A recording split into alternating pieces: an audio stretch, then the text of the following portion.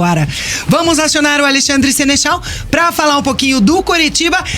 O assunto é o mesmo, lesão. Só que a gente muda do Atlético pro Coritiba agora para falar um pouquinho da lesão do Bruno Gomes e a situação desse jogador. Uma ótima tarde para você, Ale. Boa tarde, Titemota. Boa tarde aos meus amigos presentes no nosso Bate-Pronto Curitiba. E um abraço especial a você, nosso ouvinte aqui da Jovem Pan News FM, tanto no rádio no 107.1, como também no nosso YouTube, Jovem Pan Grupo RIC. Colocamos, o Bruno Gomes agora, Tete, para continuar nesse assunto de departamento médico, porque o Coritiba perde o seu camisa 6 para a partida diante do Vasco. Pelo menos a chance disso acontecer é muito alta, segundo as informações que eu consegui coletar pela manhã de hoje, aqui na nossa apuração para fazer o programa. Bruno Gomes, ao contrário do que eu disse ontem, não foi uma lesão de joelho, foi uma lesão de tornozelo, no tornozelo esquerdo.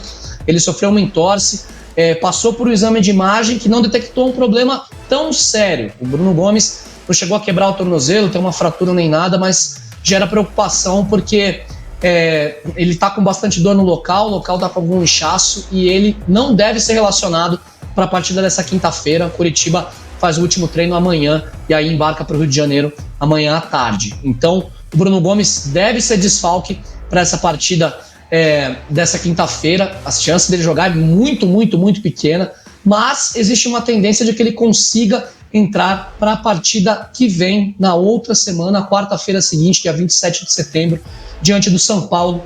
Mais um jogo fora de casa, jogo este, no estádio do Morumbi. Aquele jogo atrasado da 22ª rodada, que o Ministério Público de São Paulo pediu adiamento porque haveria vários eventos na capital paulista naquele domingo, então o jogo acabou adiado para esse dia 27. A tendência é que o Bruno Gomes esteja aí em condições de jogo para essa partida. E aí o Thiago Kozlowski começa a testar algumas opções, a gente vai falar mais da montagem do Coritiba na sequência do programa, mas especificamente para o meio-campo, o treino de hoje deve definir mais ainda a escalação do time. A gente, claro, vai trazer as informações amanhã no nosso Bate-Pronto e também nas nossas redes sociais, no nosso ric.com.br. Mas 2 jogadores aparecem como os favoritos para essa vaga do Bruno Gomes do meio-campo. A estrutura com Samaris, Sebastião Gomes vai ser mantida e aí podem entrar ou Fran Sérgio ou Andrei para jogar nessa vaga do Bruno Gomes, mantendo esse sistema com os 3 médios. Também há a chance de jogar o Marcelino Moreno por dentro. Foi uma montagem testada pelo Thiago no treino de ontem. O Coritiba treinou ontem pela manhã e treina hoje no período da tarde. Mas essa utilização do Marcelino por dentro tem uma chance menor de acontecer. Então, Fran Sérgio e Andrei são os favoritos para ocupar essa vaga no meio-campo, com o Fran Sérgio começando nos treinos e o Andrei entrando no decorrer das atividades. E aí, claro, sem Bruno Gomes, surge a dúvida: quem seria melhor para essa função? Bruno Gomes estava jogando um pouco mais adiantado nesse meio-campo, a gente lembra, o Samaris como primeiro volante, a dupla com Seba Gomes e Bruno Gomes por dentro, com o Bruno Gomes com um pouco mais de liberdade para jogar mesmo como um meia praticamente avançado, um meia central mais avançado, encostando no Slimani por dentro, como jogou contra o Bahia, com o Caio aberto por um lado e o Robson aberto pelo outro, o Bruno fazendo essa dupla ali com o Slimani, principalmente na hora que o Coritiba tentava pressionar o time baiano no movimento sem bola. E aí, para essa substituição, se vocês iriam de Andrei, que fez o gol no finalzinho do jogo, ou de Fran Sérgio, um jogador que chegou com status, a primeira contratação da SAF no meio do ano, oficialmente a primeira contratação da SAF do Coritiba. A gente sabe, é claro, que a SAF participou da montagem do elenco já desde o final do ano passado, inclusive na escolha da saída do Guto Ferreira para a chegada do Antônio Oliveira, uma informação que a gente já divulgou bastante aqui no Bate-Pronto. Mas oficialmente o Fran Sérgio foi a primeira contratação da SAF, esta na janela de meio de ano. E o Andrei, uma lesão grave, era titular absoluto ano passado, vem se recuperando aos poucos e entrou com um gol na partida diante do Bahia, no segundo tempo do jogo, no último jogo do Coxa, do Couto Pereira. Quem é o favorito de vocês da bancada? Só uma pergunta, deixa eu perguntar, pra te esclarecer nossa dúvida aqui, o Samaris tá fora? Vamos lá. Não, Samaris mantido. Tá, então fica no lugar do no lugar do Bruno Gomes.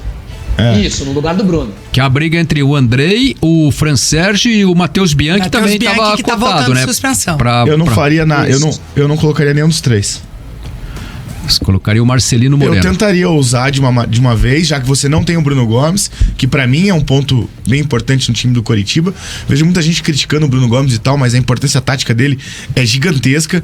Então, dessa vez, como você não tem o Bruno Gomes, eu colocaria Samaris, Seba Gomes e Marcelino Moreno. Se o Gessé tiver condição de jogo, no caso de jogar mais que 45 minutos, já coloca titular. Se não, coloca o Caio, que seja o Caio mesmo, Caio, Robson Não, e Caio o Slimani. Eu faria isso. Eu tentaria mudar esse esquema de uma vez. Faria esse 4-3-3 que o Thiago tentou mudar 2 vezes durante o jogo, né? Não que tenha dado certo, não deu certo. Só que eu queria ver desde o início da partida. Porque quando jogou lá contra o América Mineiro, quando jogou contra o Goiás, teve aquelas vitórias, estava jogando dessa maneira ainda, né?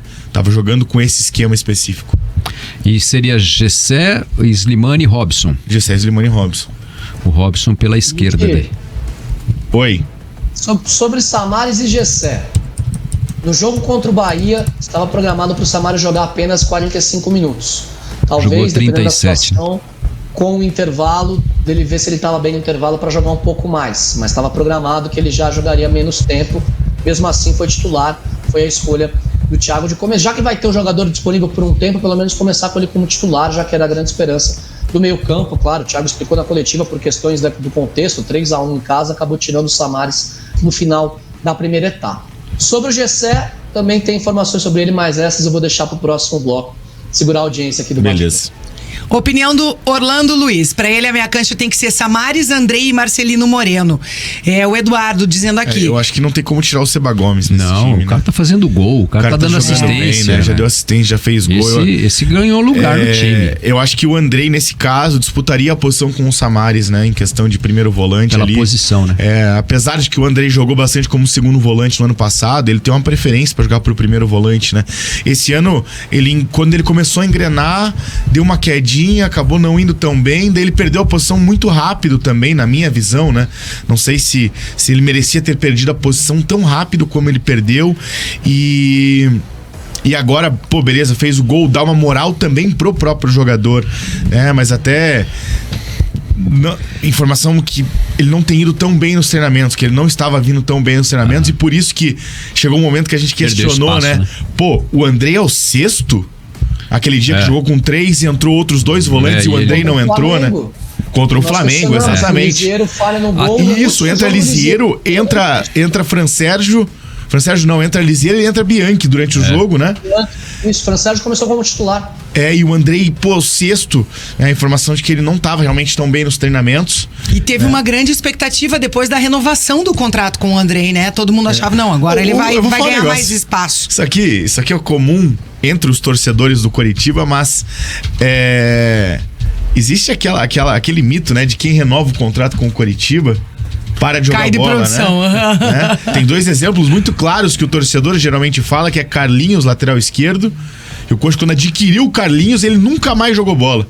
E o Matheus Galdesani, né? Não, o Galdesani, o Galdesani, clássico. O Galdesani era um craque de bola, Galdesani. Um craque de bola. O Coritiba comprou, exerceu o direito de compra dele. Ele fez um gol contra o Palmeiras e depois nunca mais jogou bola. Né? Então, assim, isso é claro que é uma brincadeira, né? Porque o Bruno Gomes foi adquirido pelo Coxa no começo do ano e tem sido um dos mais constantes na temporada inteira. O Andrei renova o contrato, né? Precisava renovar o contrato do Andrei, porque eu acho que ele tem uma importância muito grande dentro do elenco no geral, mas ele precisa se doar um pouquinho mais dentro lá do treinamento, sabe? Pelo menos a informação que eu tenho, que tava faltando um pouquinho, porque daí o Thiago não vai escalar o cara pelo nome dele, né? O Thiago é um cara que mantém a coerência, né? E isso que eu acho que todo treinador precisaria fazer isso. Eu acho até que o Thiago pode, de repente, colocar um meio-campo assim, com o Samaris, o Andrei e o Seba Gomes. Ele não lançar o Gessé de titular desde o começo, começar com o Robson, o Slimani e o Marcelino pelo lado esquerdo. Seria uma configuração, e daí, acho que mais conservadora. Durante o jogo tentar fazer, caso esteja perdendo, caso precise ganhar, por exemplo, o Gessé, 0-0, né? O Gessé como opção ou para o Robson ou para o Marcelino, dependendo da produção de cada um. Ou até mesmo para mudar o esquema, né? Para tirar o Andrei, para tirar o Seba, para tirar o Samaris, né? E voltar nesse esquema aí de trazer o Marcelino mais para trás, meter 3 caras mais agudos lá, né? Tudo vai depender das circunstâncias do jogo, do resultado da partida. Eu acho muito que o Coritiba precisava deixar o Marcelino um pouquinho mais solto, porque eu acho que essa resistência que o Thiago vem tendo com o Marcelino em alguns momentos é muito por conta da marcação. E eu tentei explicar a entrada do Caio César como titular no jogo contra o Bahia, justamente por isso. Porque ele era um cara que ajudava mais e o Bahia tem pontas muito fortes, né? Agressivos, né? O Ademir e o Ratão naquele jogo. Né? Então, assim, o Marcelino jogando pelo meio para defender, mudando o esquema num 4-4-2, no caso, com o Slimani e o Moreno lá na frente, eles podem ficar um pouquinho mais livres, eles podem tentar perseguir e pressionar apenas os zagueiros e não ter que voltar para ficar marcando ponta, para ficar marcando lateral. Que aí vai realmente desgastar o Marcelino Moreno e talvez ele não consiga contribuir e aí vai acabar criando essa resistência. O Marcos Vinícius Gusso tá falando assim, ó, era bom o Thiago Kozlowski escutar o Bate-Pronto Curitiba pra ver as opiniões, quem sabe dar uma clareada nas ideias do treinador. Guilherme Dantas tá aqui com a gente, o Depois Wagner... ele escuta, escala o que a gente pede aqui, o time perde, ele vai falar culpa do Bate-Pronto lá, ó. Culpa daquele Felipe Dalk lá. O Wagner Targino, atleticano, também Queria tá o por aqui. Marcelino de ponta esquerda. Vitor Garcia, Renan Verchai, André Ferreira de Melo, tá falando Caio César? Não, pelo amor de Deus. Galera participando, se é claro, continua participando com a gente aqui do Bate-Pronto Curitiba. E se o Atlético tá com problema no DM, se o Curitiba tá com problema no DM, a gente também tá com problema no DM. É verdade. Vemos a Janaína Castilho contundida aí, tá afastada. A Jana virou o pé e não é Natal, mas tá com uma botinha de Papai Noel. Isso que ela nem jogou bola ontem. Isso que maior era eu pegou você, geral. Isso que a Ana Beatriz nem nasceu ainda pra driblar ela, né? Meio-dia e 36, oi. Rapidamente, tem mais sobre Marcelino, sobre Caio César, Gessé Rodrigues. A gente vai trazer muita informação do Curitiba ainda, porque os treinos estão pegando fogo lá no CT da Graciosa, tem bastante coisa legal. Fica o convite pro torcedor do Curitiba se manter ligado aqui, que vai ter informação em primeira mão.